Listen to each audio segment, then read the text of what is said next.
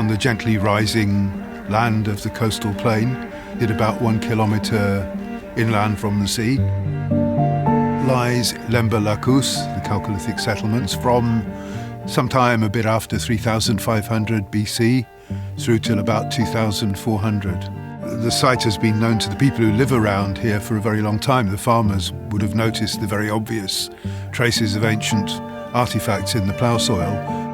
When the excavation began here in 1976, it became obvious very quickly that the site was not a deeply stratified one. The remains of the buildings, as you see, are not very deeply buried beneath the general ground surface. So for that reason, we thought that if we wanted visitors to come here and get some benefit from visiting it, it might be a good thing to produce replicas of these ancient buildings. That's one reason we did it anyway. The second reason mainly was that we thought that in order to further our understanding of these buildings, it would be good to actually build some for ourselves.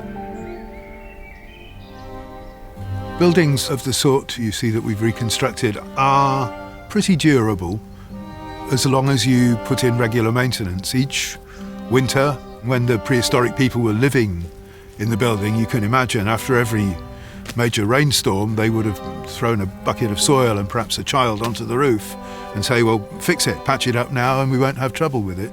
We did keep on top of it for about 25 years, actually, doing regular maintenance with no huge problems. But after about 25 years, the building did become rather unsafe, and it was very clear that we'd have to re-roof it entirely, replacing all of the structural timbers.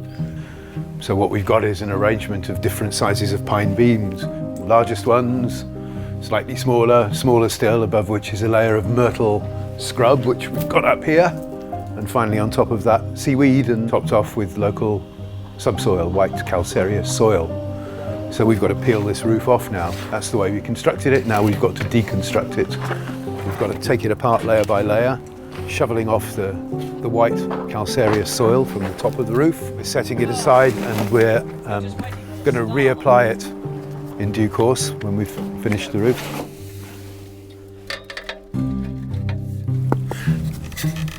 Not so well preserved, might have to renew that. We shall see.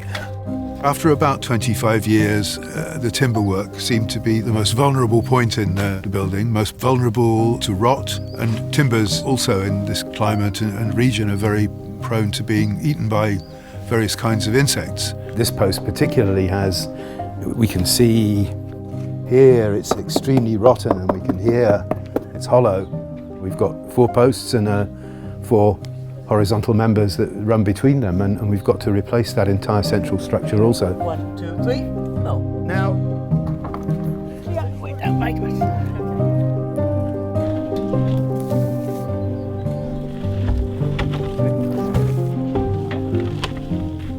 Let's see how rotten it is. Oh my goodness, there's hardly any timber left there, is there? See? The beauty of these buildings, it's sort of constant recycling really. As they get damaged and age, little bits fall off, and then eventually you decide to repair them, and you just pick up the bits that have fallen off and put them back again with a bit of water and a bit of new seaweed. We had quite a big renovation job there to jack up those beams, reconstruct the wall and reinstate the roof, and we have learnt, I think, a great deal of detail now about how it was to make these buildings, how it was to use these buildings, and what you had to do to keep them functional for a substantial period of time.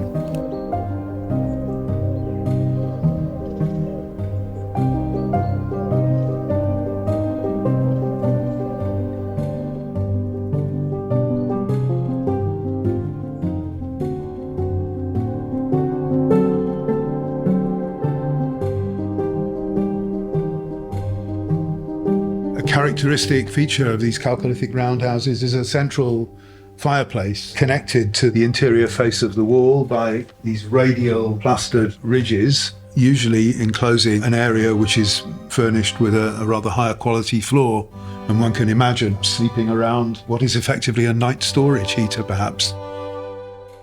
We have the feeling that this would have been the main reception area of the building, kept sort of clean and tidy perhaps, as opposed to the rest of the building where there are all kinds of materials stored, perhaps some animals also stabled in here. This is an original Chalcolithic door pivot stone. I found it in the local fields, only a few meters from here, churned up by the plough out of context.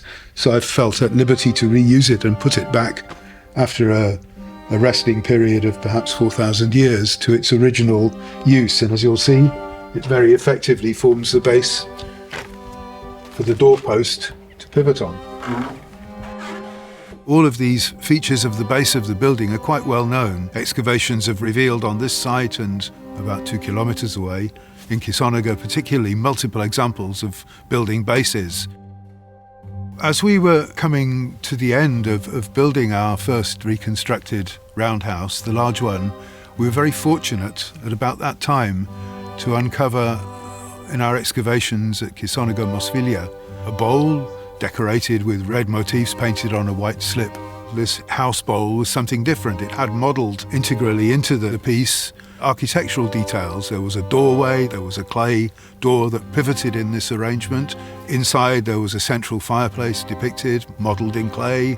The fireplace was connected by low radial ridges to the interior wall face. Given that the house model was clearly a representation of a fairly standard sort of middle Chalcolithic building, we felt that it might be appropriate to embellish our reconstructed building here. This interior mural art was done when the plasterwork was reasonably fresh. We've used probably something very similar to the original paint that would have been used both on the house model and in building decoration by Chalcolithic people. It's very simply natural red ochre, which is available in certain parts of Cyprus, mixed with water and applied with a brush.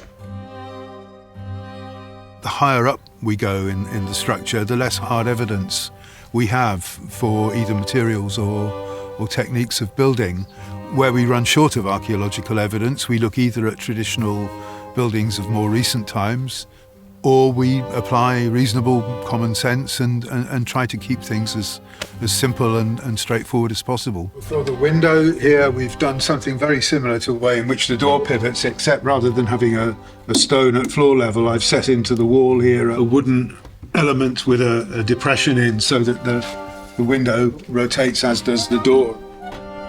People often question what evidence we might have for windows, and I do have to admit that the evidence is very sparse. One example, at the site of Cyprus, there had been an aperture in an otherwise collapsed mud brick wall. It tumbled over sideways, possibly as a result of an earth tremor. So there we have it, perhaps a little over-interpretation of a limited piece of evidence, and I deliberately set it on this side of the building so that it catches the early morning sun. This site of Lemba, along with other sites that have been investigated in this region and in more distant parts of Cyprus, have yielded quite a wealth of evidence for the way people lived in Cyprus in prehistoric times. We're undoubtedly missing a lot of settlements that remain still to be discovered. I suspect that that's just the tip of a larger iceberg.